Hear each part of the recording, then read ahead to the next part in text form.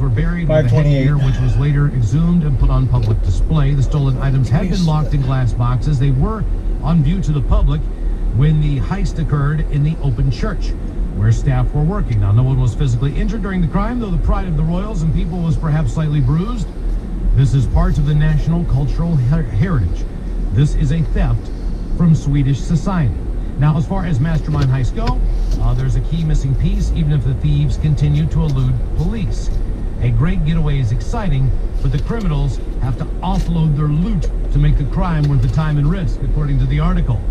And I know anyone who's seen a heist movie knows this, but that seems difficult to do with the Swedish royal family's crown jewel. You know, so Mike and I talked about that. It's just not a salesman. You know, we talked about it and said, man, you know, where do you fence these? I would also assume that, being that if you're in the art heist world, your network of people that are willing to buy your stuff, it's already there. You would do this for a reason. Right. Whoever sent them to steal it, I get the feeling they already have a buyer in place. Right? Like, look, man, whoever the people it is that you deal with, I can guess one country in particular, where you say to these guys, like, look, if you're telling me this is what you want, just know these fools put it out on public display once a year. We can go in there, we can grip it for you. It's already been bought and sold. I'm not saying it's me, but I heard someone might have stolen blank. That is our men's room blank question. 844-999-OLA. One other quick side note about the Swedish crown. As you're reading that story, you know, it's important, man. It's part of our heritage. We put it out there every year. You also dug up 2 dead bodies to rip their crowns off their head and put it out there. So it's not that sacred. They say it's like, I hear what you're saying, but like, you dug up royalty just to pull the stuff off their head, just to put it on display. So don't act like it's that's important that you honor this. And I think there's a little more to it when you do it this kind of way, when you crawl under lasers or whatever the hell you're doing. Like, if you go in on a smash and grab, like these guys went in and did a smash and grab, you know, no one cares. But if you, like, you know, dive on the floor, you know what I mean? Sure. And then, like, get on Kepler Jones about it. So I'm not saying it's me, but I heard someone might have stolen blank. 844-999-OLA. But what do? They were on display during visiting hour. I mean, they walked up, took it, and left. Also, what do you do There's with no it like after you buy smash and it? grab. If I'm the buyer? Yeah, if you're the buyer and you buy all these stolen jewels and crowns, are you going to display them so that your friends can come over and say that's the stolen family is Swedish jewels? Think about who your friends Here's your are, Swedish jewels. and think about the arts that they know you own. Absolutely. Here's my elephant ivory. Right. We know. Here's my gorilla hand. Here's the 3 Picassos they've been looking for. What kind of friends are you running around with? What's that? What kind of friends are you running around with? Oh, good friends. I'm not saying it's me, but I heard someone might have stolen blank. Hello, Jared. Welcome to the men's room. Hola. Hey, what's going on, gentlemen? How are you, sir? Alright, so it's not so much just the extremes of what was stolen, I'm still trying to figure out the why. I used to work at with an asset protection at Walmart. Rocky River. Medicop. But we had this one guy come through. He had a cart full of, 50-pound bag of dog food, a $70 bottle of vodka, a whole bunch of stuff that he bought and paid for. But decided to try and steal a little, like, $1.50 wiring harness out of automotive. And I, to today, could not figure out, like, why you bought all of this stuff, but you're going to spend $1,500 on a shoplifting charge for Fairview Park, actually. Wiring harness. I would have to think because he's been doing this his entire life, so he figures the masquerade is you buy a certain amount of things, you steal a certain amount of other items, whatever seems to be convenient where you can hide it, maybe? Would that be the theory? I don't know. This was the only thing that he took. And he's got like $150, $200 worth of other stuff that he paid for. Mastic? $1.50 little piece of wire. Mastic, right on Mastic. Okay. And so, but when you get hit with a shoplifting charge, if the total is $1.50, I mean, that's misdemeanor, right? It is, but it's still a charge. You still got to pay for it. Yeah, I mean, it's still stupid. It ended up being like $1,500. Okay. All right. Yeah, that is, it's like people want to steal cars. Look. Like, you can steal a Lamborghini or a Pinto, but just know that your sentence is going to be the same. The cops are going to chase you, and the cops are going to catch you. So I'm going to have fun in the Lamborghini, presumably, versus the Pinto. Or just steal something of value. I'm not saying it's me, but I heard someone might have stolen blank. 844-999-OLA. Hello, Daniel. Welcome to the men's room. Hola, bitches. Hola. How we doing today? Doing great, man. How are you? I'm doing just beautiful. Thank God. Yeah. So, anyway, I heard that somebody, when they were 15 years old, stole their dad's 1978 Corvette. Oh. They stole it? Well, Or borrowed more or it? less confiscated the keys, waited for dad to go to work, and might have gone on a joyride through the streets of Las Vegas. And how long would this joyride have lasted if this happened? Well, let's say if it happened, the joyride might have lasted maybe 40 minutes. And did the car end up back home, or did the cops put an end to this? No, it wasn't the cops put an end to it. It's common sense. Because this young man and his little brother, who was riding shotgun, they decided, let's hit the freeway and see just how fast this thing's going to go. And what did they find out? They found out that when you're turning on one of those, when you're getting on the on-ramp, and it's one of those nice curved on-ramps with the concrete barrier on the driver's side of it, it's raining just a little bit. Oh, rear wheel drive. Yeah. That's good It stuff. was really light in the rear end, but it had a lot of horsepower. Sounds like Miles. What is the punishment from Dad? Did the car get messed up? Luckily, the car did not get a scratch. Okay. The rear end started to pull around, and this idiot kid who thought because of video games and, being able to play arcades that he could drive this sports car, he hammered it. What year did you do this? Oh, God, what is it? Or whoever it was. I'm sorry, not you, but whoever actually borrowed the car. Let's just say, for the sake of this, we'll make your friend's name you. How old were you when you did this? It would have been roughly 87. 87. So Ferris Bueller's Day Off had already come out at that point in time. Yeah. Okay, I was going to say, if you did that before that and then you watch that movie, you'd be like, dude, I already did this. Better way to do it. So what is your father's reaction when he hears about this? And obviously the cops are informing him about it. Oh, no. Believe me, this was the funniest part.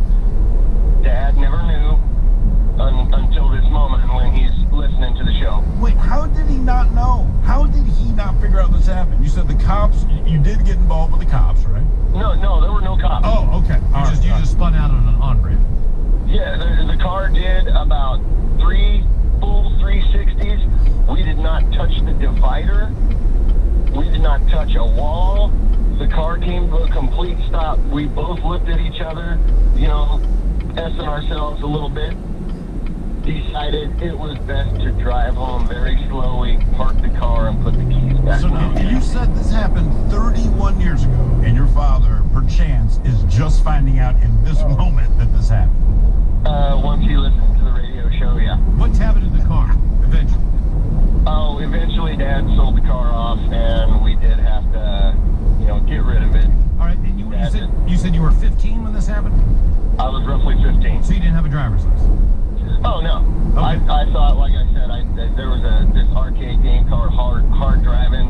One of them little ones you sit down in, you really got the steering wheel. Absolutely. You know what, though, man? I knew what I was doing. Oh, my God. It doesn't matter if you have a driver's license or not. You take your dad's baby car out for a ride without his permit. He wouldn't care if you're 30. Like, the anger is going to be probably at the same level. Yeah.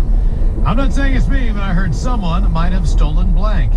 And do you have any other stories you have not shared with your parents yet? I only have like 2. Honestly, like in our entire lives between me and my brother. Nothing I've done, but things that my brother and I are both aware of. And like you get together for the holidays, man. And we are grown, reasonably old men at this point. And there's still, as you reminisce about all the stupid things that happened growing up, and everyone chuckles about them now. And your parents say some things you didn't know, but there's like 1 or 2 things where we're like, you know what? We're not going to bring this up because it was so severe and so bad when it initially went down. I honestly feel like it's one of those things you're just going to pick up where you left off. So this is worse than the guy with the pepperoni between his toes? Yeah. See, I would share that with a man because I got in trouble for many. Keep in mind, when I threw this party and kidnapped a guy, there were a million other things we did, and I got busted on 1 million of those things. The only thing they did not know from that party was that I kidnapped someone. And to be honest with you, at the moment that all this stuff was raining down on me, I'm like, I'm not going to bring it up because they have. So they're mad feel like that would just, it might be funny now, might be, but it certainly would not have been then. I'm not saying it's me, but I heard someone might have stolen blank. 844-999-OLA. Hello, Big Mike. Welcome to the men's room. Hola, gentlemen. How's it going? Hola! So, I'm not saying it's me. Well, I'm kind of going to have to say it was me, but I mean, damn. Right out of the gate. Were you speeding? No. Yes. yeah, I'm not going to deny this. It was when I was young and dumb. All right. Oh, yeah, then. way back what then. happened? You know, way back you then. know, Right. Much one smarter night, now. Well, yeah. So what happened? Okay, so one night I had just had my bike stolen. My buddy and I we were kind of drinking our sorrows away. We grabbed a couple 18 packs, went back to my house. We were playing video games. And he looked over at me and was like, "Hey, want to do something dumb?" Sure. So we decided we were going to go get me a new bike that night. It was probably about 4 o'clock in the morning when we decided to do. When you say bike, you mean bicycle?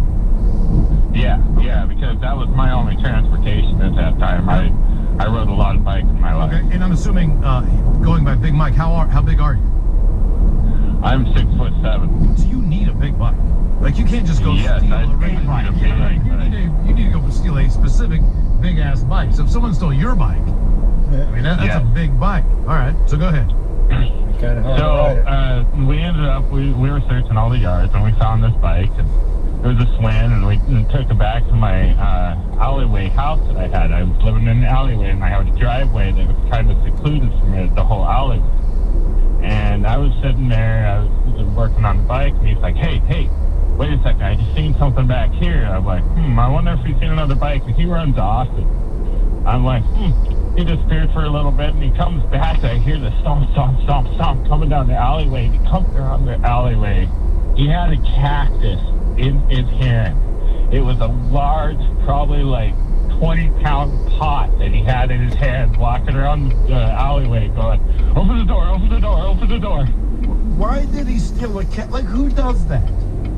I don't know. What his story was is when he walked into the yard, he was just looking for something to steal, and he spotted the cactus, and when he turned around, he was going to walk out, and he seen a big old Rottweiler sitting there. He was like, if I'm gonna get out of here, I might as well just take the cactus, because the Rottweiler was sleeping. Whatever happened He's to like, this? I might as well make this worth it. So did you never get? That's not worth it. I guess you never stole a bike then. Oh, we stole the bike. He didn't find the bike in that yard, but we stole a bike and the cactus that night. Okay. How long did you keep the cactus? I think I actually had that cactus for another 3 years, and it flowered twice for me. Nice. All right. Very lovely. Well, I'm sure the people you stole it from will be happy to know that it was still alive. Did you ever find the bike that was stolen from you? No, 35. actually, and believe it or not, that bike that I stole, it got stolen probably another 6 months later. Jeez, a whiz, man. Probably by the same people who stole the first bike you had. Or by the kid you took it It from? could be a possibility. Actually, what happened is they ended up, I had it chained to a fence, and they cut the boards in the fence and took the lock in the bike all together. Tell me you've moved since then. Yeah, I've moved since then. This is back in Montana. Your buddy that stole the cactus, I'm picturing like Ocean's 11, all right? We're going to knock over a casino, and then your last buddy shows up at like your getaway vehicle, and like he stole gum. See, look, you know what I mean? Everyone else has gold bars, I have poker chips, I have cash. It's like, I stole gum. I thought in Montana, man, you could just leave. I would just assume you could leave your door open. You knew everybody. Like nobody could get away with that crap. Yeah, but here's the difference. He lived in a place that had an alley. And one thing I believe to be true in this country, if you live in a place that has an alley, the closer you are to the alley, the closer you are to the epicenter of crime, right? Okay. Bad jokes coming up. You can email the bad jokes to the men's room at mensroomlive.com. Also send the bad jokes to us on Twitter at Men's Room Live, as well as we'll have bad jokes with Ryan Castle, the drunken charge, and kick that off right before we drink and toast with the shot of the day. Our Men's Room Blank question, I'm not saying it's me, but I heard someone might have stolen blank. 844-999-OLA. More of your calls coming up. You are listening to the Men's Room Radio Network. 99.9 KISW. Seattle. Coveting your buddy's men's room happy hour and a half passes isn't right. The accepted social convention is to acquire your own passes at KSW.com. What Ted is saying here is get your tickets today.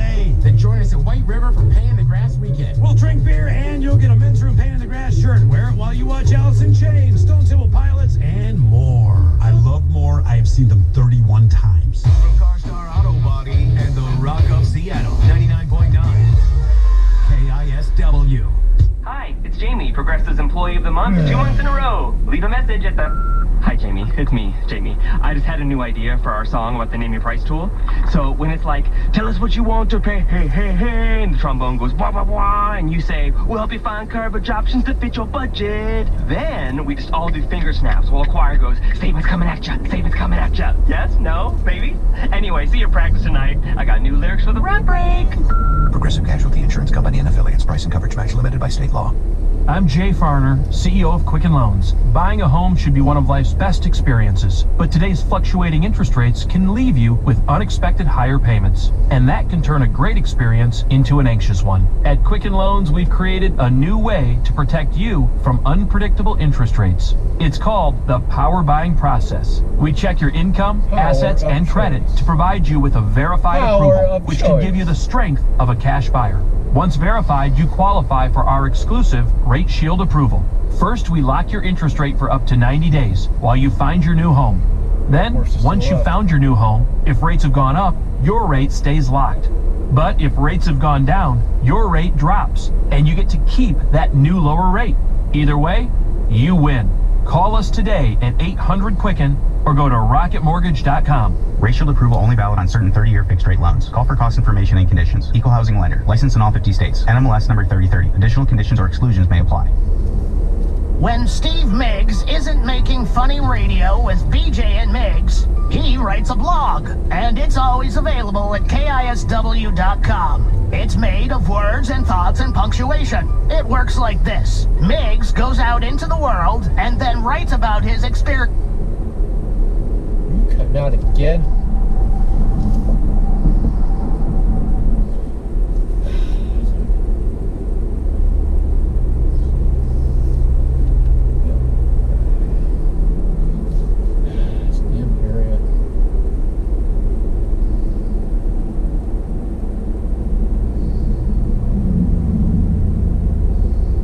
On his blog so that you can read it and learn stuff and